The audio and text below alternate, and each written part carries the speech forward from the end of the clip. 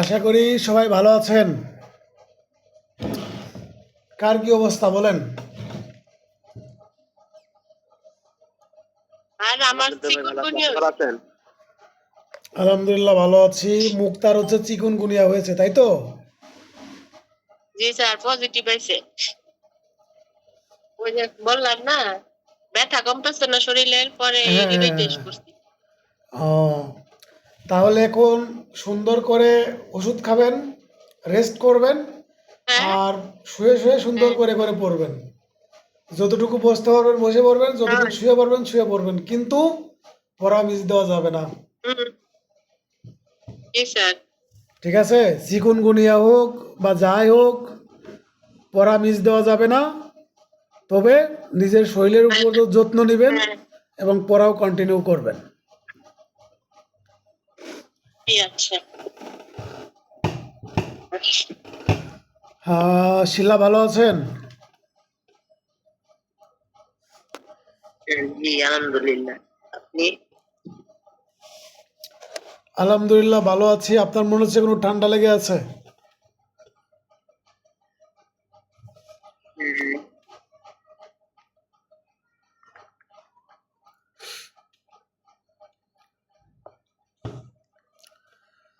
আচ্ছা, আর হলো নরিন আপু ভালো আছেন? জি ভাইয়া ভালো আছি, ভালো আছেন? আলহামদুলিল্লাহ ভালো আছি। সাবিনা ভালো আছেন? সুমন? আসসালামু আলাইকুম। আলহামদুলিল্লাহ ভালো আছি, আপনি? আলহামদুলিল্লাহ ভালো আছি। আসসালামু আলাইকুম, কেমন আছেন সুন্দর? ওয়ালাইকুম আসসালাম, ভালো আছি। রুহুল আমিন, কি অবস্থা তোমার?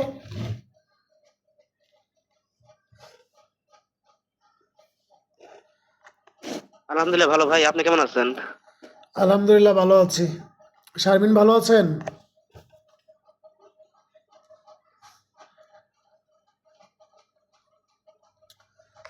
ফারজানা লিমন আপু ভালো আছেন?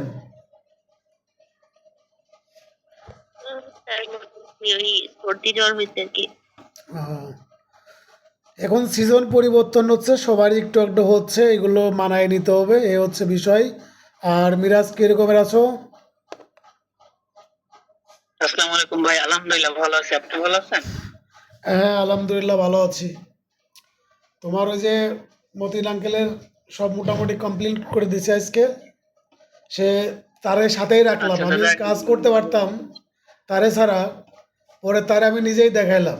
আচ্ছা এখন সে ওই টাকা দিতে যায়, পরে ভালো কিন্তু হয়েছে, সমস্যা নাই। হ্যাঁ পরে কিন্তু আরো টাকা দেওয়া আচ্ছা লাগছে আচ্ছা। তার, আরো হচ্ছে কোর্টে দেওয়া লাগছে। সে নিজেই তার দেওয়া লাগছে, সে নিজেই ঢুকছিল, তার নিজেরই দেখাইলাম, দেখেন আপনি যে যাবেন, আপনি যে বলেন এক এক কথা। আচ্ছা, ওই তো বুঝতে, কোর্ট কাছারির ব্যাপার তো ভাই, আসলে কোনে কোন টাকা লাগে তার কোনো দিক ঠিক আছে নাকি? এটা তো আসলে ওইখানে যারা ফেস করে তারা হয়তো হ্যাঁ বুঝতে পারে, সেটাই। যারা বাইরে থাকে তারা তো এত বেশি বুঝতে পারে না। হ্যাঁ হ্যাঁ।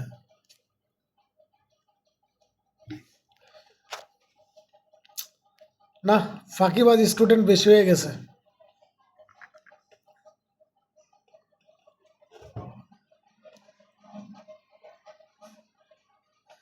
ফারহানা ভাই পরীক্ষার কি ওই যে যেটা দিয়েছেন ওটা কি মানে অফিসিয়াল নোটিশ তো কোথাও দেখলাম না, মানে তাইলে কি হ্যাঁ, অফিসিয়াল আমরা কি নোটিশ 29 সবসময় একটু তারিখে ধরে লেটেই নিব? আসে।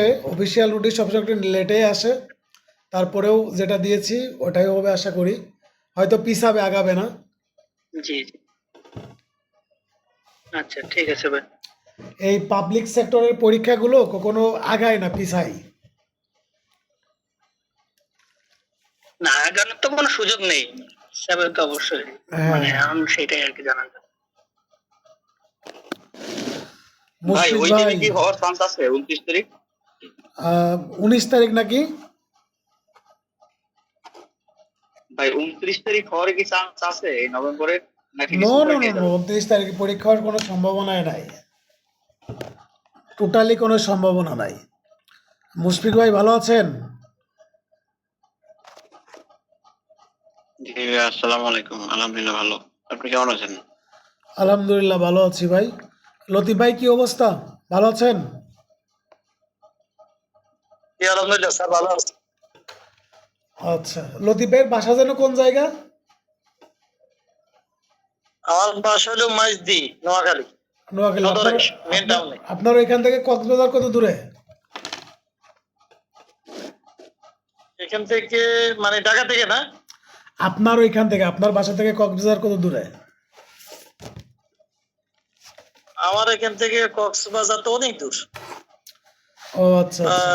চট্টগ্রাম থেকে যাইতে হবে কক্সবাজার।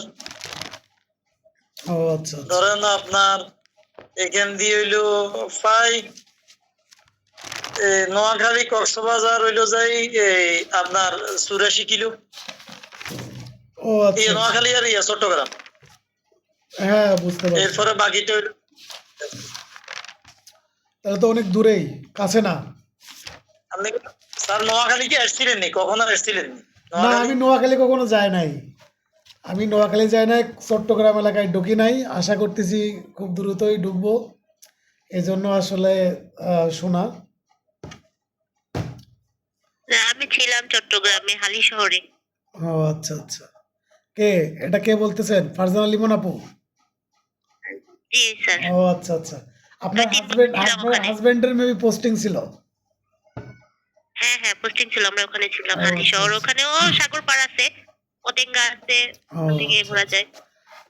আমার কাকুরও পোস্টিং ছিল চট্টগ্রামে, উনি আর্মি অফিসার ছিল। তো দেন এখন তো রিটায়ার্ড হয়ে গেছে, আর আমরা তো তখন ছোট ছিলাম। আচ্ছা যাই হোক, এটা হচ্ছে আলোচ্য বিষয় না, আলোচ্য বিষয় হচ্ছে আপনাদের পড়ালেখা। আলোচ্য বিষয় হচ্ছে আপনাদের পড়ালেখা। এখন সময় খুবই কম, সময় স্বল্পতা। রতন ভালো আছো?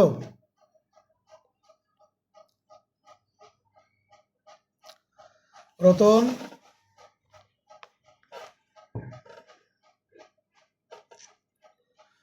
আচ্ছা, আমরা আজকে আপনাদের আদেশ হচ্ছে 38, আদেশ হচ্ছে 39, এই দুইটা আদেশ আপনারা 3 স্টার দিয়ে রাখবেন। আপনাদের অনেকের আসলে সিপিসি নিয়ে অনেক আসলে ওয়ারিড আপনারা, বা টেনশন কাজ করে। কিন্তু সিপিসিটা কিন্তু এত বেশি কঠিন না, যদি আপনারা শর্ট করে নিতে পারেন, যদি আপনারা পড়ে বুঝতে পারেন। এবং সব আদেশ তো আপনার পড়ার দরকার নাই, সবগুলো পড়ার দরকার নাই, ঠিক আছে? আমি যেগুলো আপনাদের 3 স্টার দিয়ে দিয়ে দিছি, এইগুলোও যদি পড়েন, তারপরেও আপনারা 15টার মতো প্রশ্ন কমন পাবেন এখান থেকে, ঠিক আছে? যাই হোক, আমরা আলোচনা অনেক করেছি, আমরা এখন পড়ব হচ্ছে আদেশ 38, আদেশ হচ্ছে 39, দুইটাই হচ্ছে আপনারা 3 স্টার দিয়ে রাখবেন। এই দুইটা জায়গা থেকে আপনারা রিটেনে প্রশ্ন পাবেন এবং পিলিতে প্রশ্ন পাবেন। পিলিতে প্রশ্ন মাস্ট পাবেন এবং রিটেনে প্রশ্নও মাস্ট পাবেন। যদি রিটেনে প্রশ্ন একটু থাকে, কারণ রিটেনে প্রশ্ন আসবে দুইটা, এই দুইটার জায়গা থেকে যদি, আমরা তো জানি যে 6, 7, 8, 9 এই 4টা থেকে একটা মতো প্রশ্ন আমাদের মাস্ট কমন আসবে, আর আরেকটা প্রশ্ন হচ্ছে আপনার ওই দিক থেকে আসবে। সুতরাং এই 38 এবং 39 এই দুইটা হচ্ছে রিটেনের জন্য গুরুত্বপূর্ণ এবং পিলির জন্য গুরুত্বপূর্ণ। এখন আপনাদের উচিত হচ্ছে এই দুইটা আদেশ হচ্ছে খুব ভালো করে মনোযোগ সহকারে পড়া। আপনাদের শুক্রবারে মেবি পরীক্ষা আছে, পরবর্তী পরীক্ষা আপনাদের আমি রবিবারে নিব। আপনাদের পরবর্তী পরীক্ষা আমি রবিবারে নিব। পরীক্ষার শিডিউল আমি আগামীকাল দিয়ে দিব। শুক্রবারের পরীক্ষার পরের পরীক্ষা আমি যেটা নিব, সেটা শিডিউল হচ্ছে আমি আগামীকাল দিয়ে দিব। সুতরাং আপনাদের যেহেতু সময় কম, আমি এই মাসের মধ্যে আমি পুরোপুরি মোটামুটি একবার সব শেষ করে দিব। তারপরে গিয়ে আমি নেক্সট মান্থ বা তার আগেই হচ্ছে আপনাদের আমি ডেইলি ক্লাস নিয়ে আমি রিভিশন দিব এবং পরীক্ষাগুলোও কন্টিনিউয়াসলি নিব। তখন কিন্তু আপনাদের গ্যাপ থাকবে না পরীক্ষাতে। তখন লাস্টের আপনাদের 20 দিন মতো আমি এরমভাবে দৌড়ানি দিব।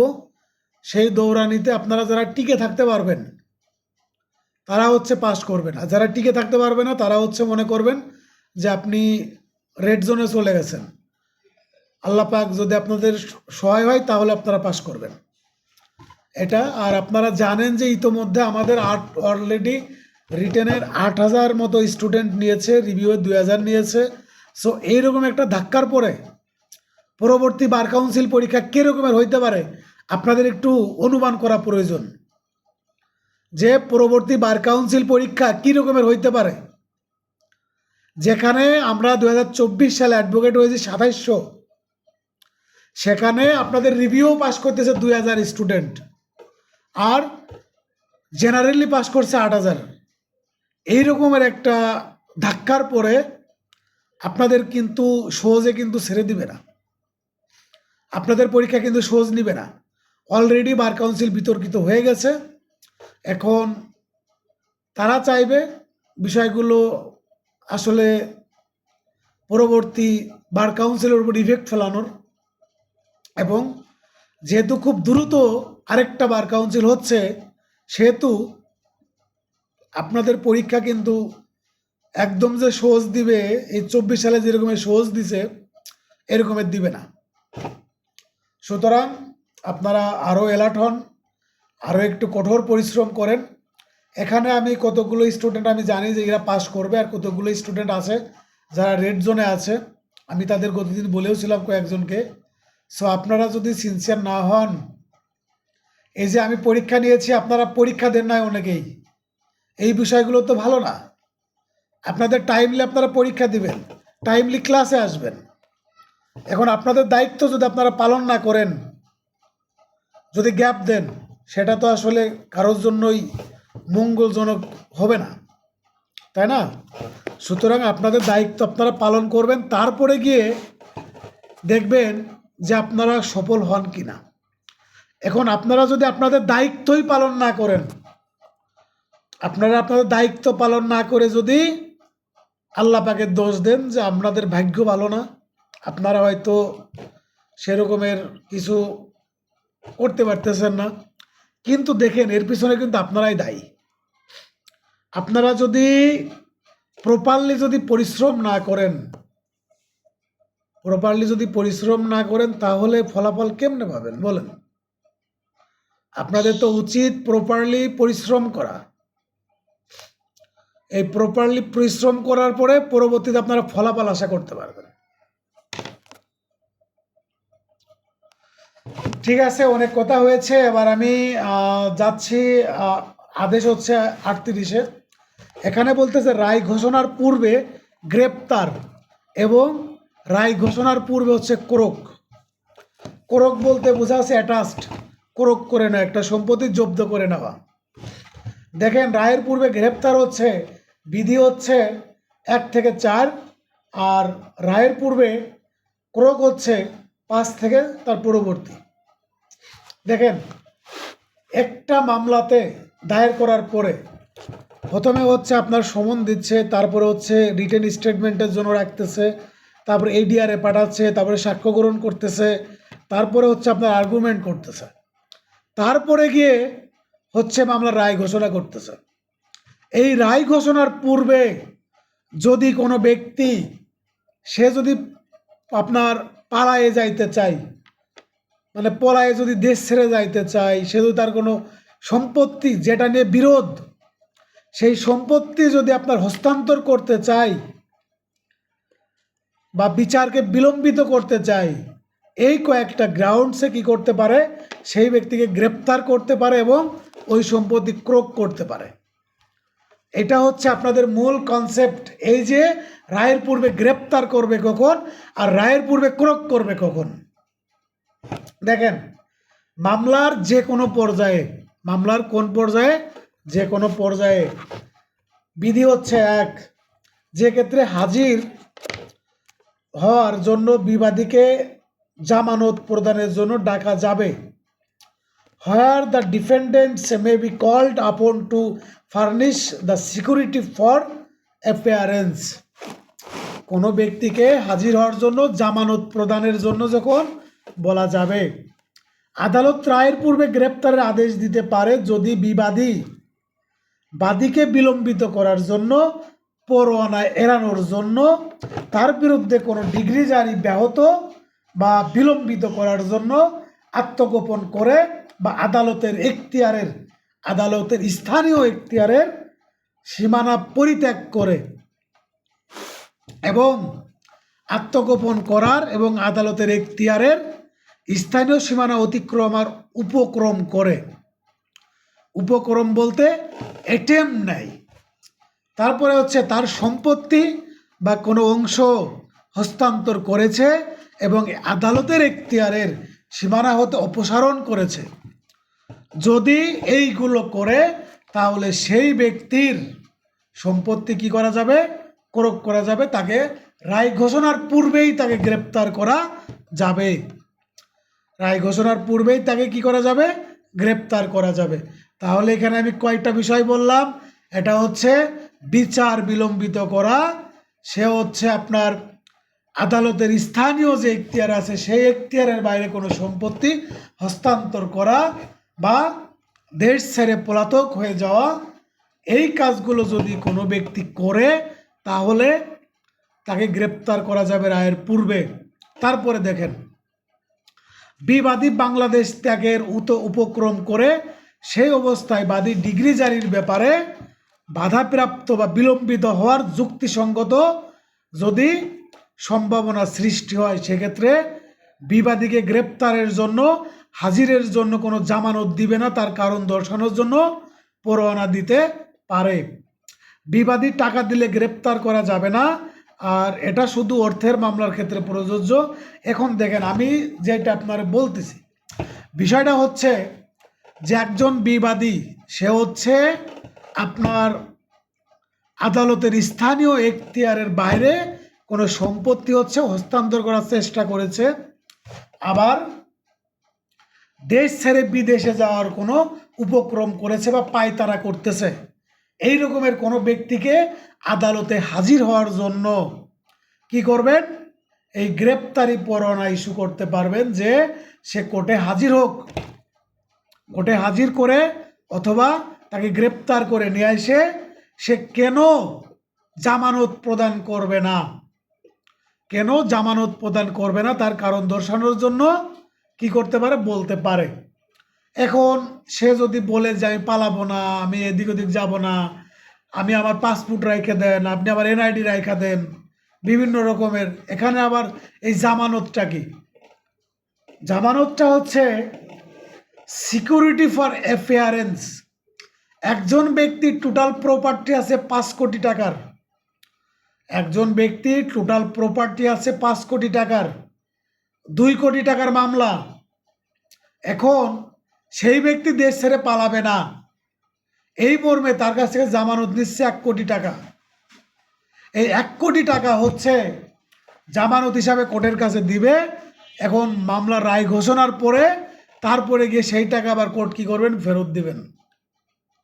এই জামানতটা হচ্ছে সে পলাতক হবে না, সে দেশ ছেড়ে পালাবে না, কোনো সম্পত্তি হস্তান্তর করবে না। এটার হচ্ছে সিকিউরিটি, এটার হচ্ছে সিকিউরিটি হিসাবে রাখা দিবে। এখন কোনো ব্যক্তি এই 1 কোটি টাকা জামানত হিসেবে দেওয়ার পরে যদি দেশের বাইরে চলে যায়, তখন কিন্তু ওই টাকা কি হবে? রাষ্ট্রীয় কোষাগারে চলে যাবে, রাষ্ট্রীয় কোষাগারে চলে যাবে। এই হচ্ছে বিষয় যে রায়ের পূর্বে গ্রেপ্তার কোন ক্ষেত্রে করা যাবে। তাহলে এখানে কয়েকটা বিষয় আমরা পাইলাম। এই বিচারকে বিলম্বিত করা, পরোয়ানা এড়ানো, তার বিরুদ্ধে ডিগ্রি জারি হতে পারে, ব্যাহত হতে পারে বিলম্বিত করার উদ্দেশ্যে, এবং আত্মগোপন করে বা আদালতের এখতিয়ারের স্থানীয় সীমা অতিক্রম করার উপক্রম করেছে বা বিদেশে চলে যাবে। এই ক্ষেত্রগুলোতে কি করতে পারে, তাকে গ্রেপ্তারের জন্য নির্দেশ প্রদান করতে পারে। এখন কথা হচ্ছে সে যদি দেশের বাইরে চলে যায় বা তার সম্পত্তি যদি হস্তান্তর করে, মামলার রায় ঘোষণা হইল, তখন কি হবে? এই রায় কিন্তু কার্যকর করা যাবে না। কেন করা যাবে না? তার যে সম্পত্তি ছিল সেই সম্পত্তি যদি বিক্রি করে ফেলা যায় তাহলে কার্যকর হবে কিভাবে? এটা হচ্ছে আপনার মূল কনসেপ্ট, যে ডিগ্রি এবং এই রায় জারি করা বা কার্যকর করার জন্য এগুলো করা। ঠিক আছে, বুঝতে পেরেছেন আপনারা? বুঝতে পেরেছেন? বুঝেন না এরকম কেউ আছে?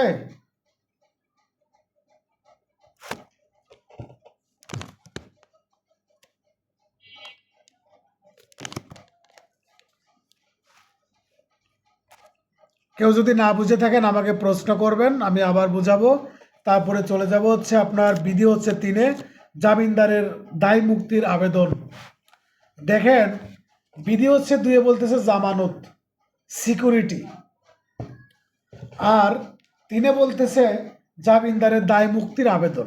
দেখেন, জামিনদার দায় মুক্তির আবেদন করলে আদালত মুক্তি দিবেন নতুন জামানতের জন্য, জামিনদারের জন্য বা জামানতের জন্য বিবাদীকে তলব করবেন।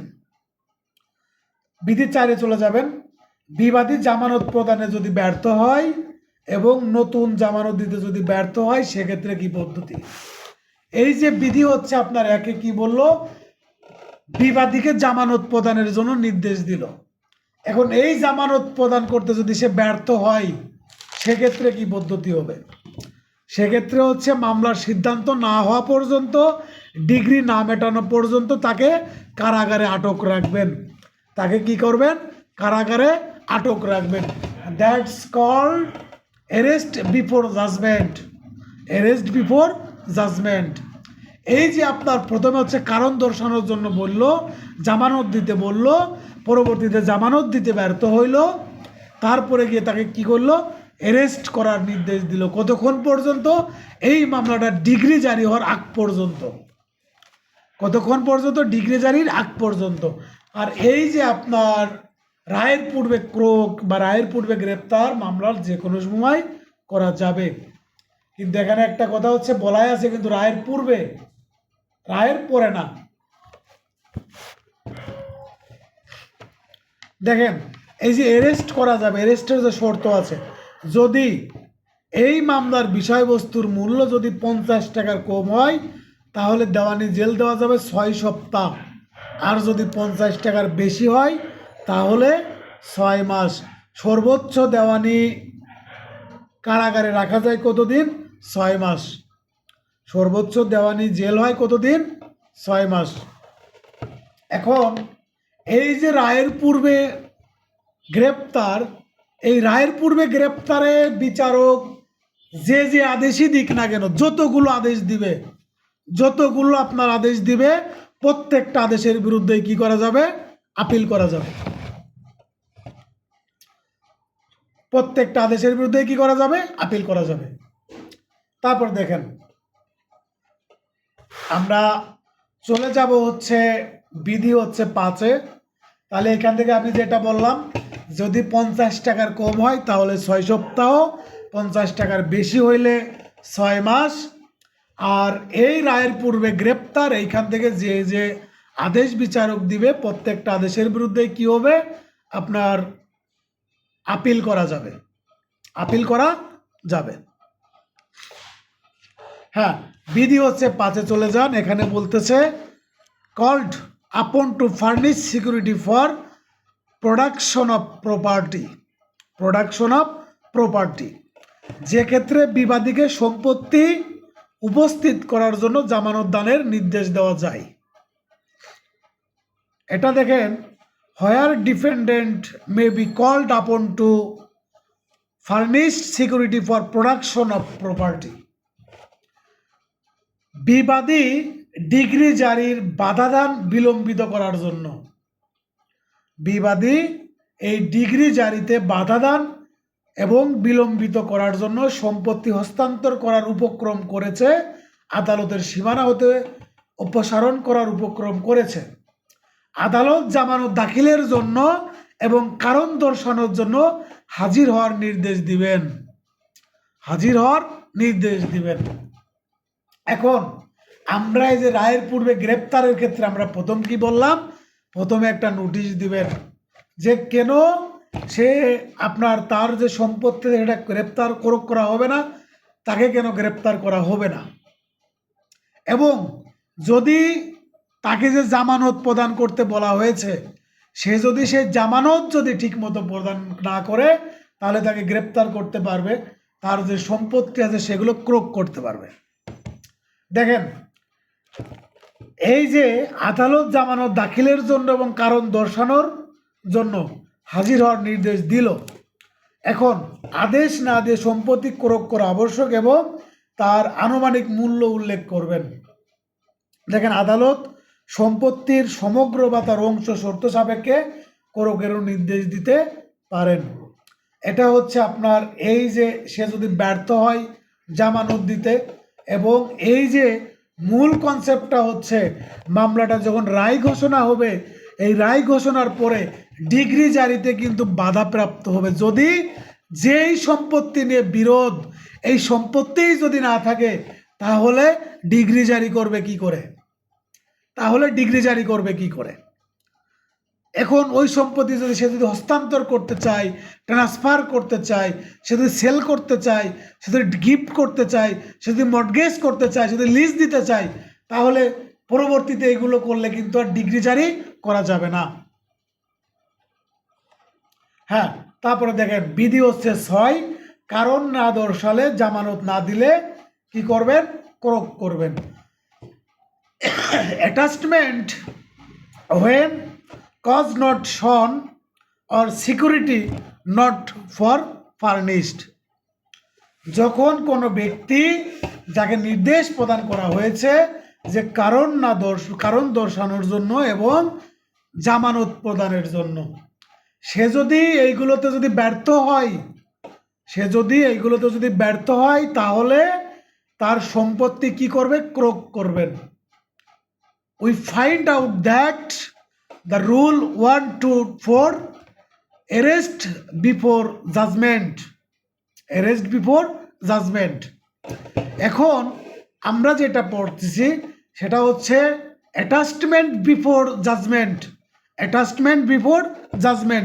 কিন্তু এই দুইটা অ্যাটাচমেন্ট বিফোর জাজমেন্ট আর অ্যারেস্ট বিফোর জাজমেন্ট, এই দুইটার কনসেপ্ট কিন্তু এক কোন জায়গা? সেটা হচ্ছে যদি সে আপনার কি করে এই বিচারকে বিলম্বিত করা, এই মামলার বিষয়বস্তুকে হস্তান্তর করা, সে নিজে পলাতক হবে এবং এইগুলো করার উপক্রম করবে, চেষ্টা করবে, অ্যাটেম্প নিবে, তাহলে কি করতে পারবে? তখন হচ্ছে তাকে এই রায়ের পূর্বে গ্রেপ্তার করতে পারবে এবং রায়ের পূর্বে ক্রোক করতে পারবে। এটা হচ্ছে আমি দুইটাকে এক করলাম শুধুমাত্র আপনাদের বোঝার সাপেক্ষে এবং মূল কনসেপ্টটা বোঝার জন্য।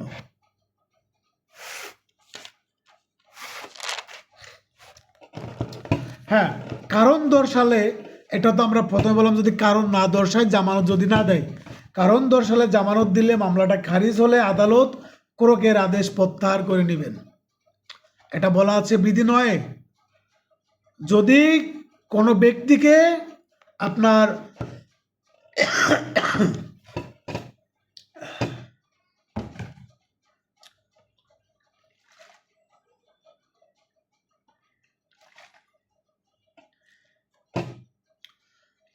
জামানত দিতে বলল কোনো ব্যক্তিকে, এবং সেই ব্যক্তি যদি জামানত দেয়, এই জামানত দেওয়ার পরে দেখা গেল মামলার রায়ে বিবাদী হচ্ছে জিতে গেছে, তখন যে সম্পত্তিটা ক্রোক করা হয়েছিল সেই সম্পত্তিটা সেই বিবাদীকে ফেরত দিবেন। হ্যাঁ, এটা হচ্ছে বিধি হচ্ছে 9। এখন এই যে আপনার রায়ের পূর্বে ক্রোকের আদেশ যদি প্রত্যাখ্যান করে, সেক্ষেত্রে হচ্ছে শুধুমাত্র রিভিউ করা যাবে, আর বাকি যে অন্যান্য ক্ষেত্র সেই ক্ষেত্রগুলোতে আপিল করবে।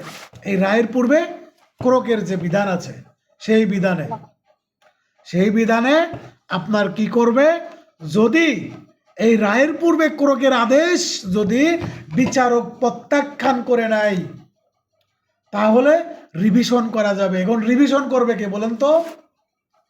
এবার বলেন দেখি কে কতটুকু মনোযোগ সহকারে ক্লাস করতেছেন। রিভিশন করবে কে? রায়ের পূর্বে ক্রোকের আদেশ প্রত্যাখ্যান করে নিল বিচারক, তাহলে এখানে সংক্ষুব্ধ হবে কে?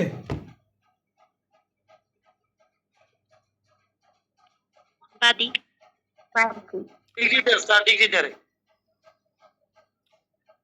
লতিফ ভাই কি বললেন? রিভিশন করবে করবে কে? ডিগ্রি দ্বারা স্যার, তার ডিগ্রির বিরুদ্ধে যেহেতু কোর্টের প্রত্যাখ্যান করা হয়েছে, তার টাকা আদায়ের জন্য তো স্যার এই কোর্টটা করা হয়েছে। এখন কোর্টটা যদি প্রত্যাহার হয়ে যায় তাহলে তো তার রিভিশন ডিগ্রি জারি ক্ষতি, সেই জন্য রিভিশন করবে। সেটা তো ঠিক আছে, এখানে এই যে বাদী যে জামানত দিছিল, জামানত বা তার সম্পত্তি যে ক্রোক করেছিল, এই ক্রোক করা সম্পত্তি যখন ক্রোকের আদেশ প্রত্যাখ্যান করে নিল তখন বিবাদী হচ্ছে কি হইলো, তার সম্পত্তি পেয়ে গেল। এখন যদি রিভিশন করে তখন অবশ্যই বাদী করবে, তখন তো বাদী সংক্ষুব্ধ হয়ে যাবে। আর যখন হচ্ছে আপনার এই আদেশটা হচ্ছে আপনার কি হবে, বিবাদীর পক্ষে আসবে। বাদী তো স্যার ডিগ্রিদার। এখন বিষয়টা হচ্ছে যখন হচ্ছে আপনার মামলাতে বিবাদী হচ্ছে জিতে যাবে, মামলাতে বিবাদী জিতে যাবে। তার এই যে আপনার বাদী যখন আপনার মামলা করবে, সব মামলা কি বাদী কি জিতে যায়? সিভিল মামলাতে সব মামলা তো জিতবে না। এখন পরবর্তীতে দেখা গেল একটা সিভিল মামলা, যে মামলা নিয়ে বিষয়বস্তু নিয়ে মামলা করেছিল, বাদী ধরেন একটা টাইটেল শ্যুট করেছিল, পরে দেখা গেল বাদীর ওইখানে কোনো টাইটেল নাই, বাদীর কোনো টাইটেল নাই, তখন কি আপনার এই ডিগ্রিদার কি বাদী হচ্ছে? ডিগ্রিদার তো বাদী হচ্ছে না, বা এই মামলার ডিগ্রি যে পর্যন্ত যাওয়ারও প্রশ্ন আসে না। পরবর্তীতে যখন আপনার বিবাদীদের পক্ষে আপনার রায় চলে আসলো, তখন হচ্ছে আপনার বিবাদীরা ওই সম্পত্তি বুঝাই দিবে, বা ওই সম্পত্তির আপনার এই কোর্ট হচ্ছে তাদের বুঝাই দিবে। এখন এখানে তো সংক্ষুব্ধ হচ্ছে আপনার বাদী হবে হইলে, ঠিক আছে?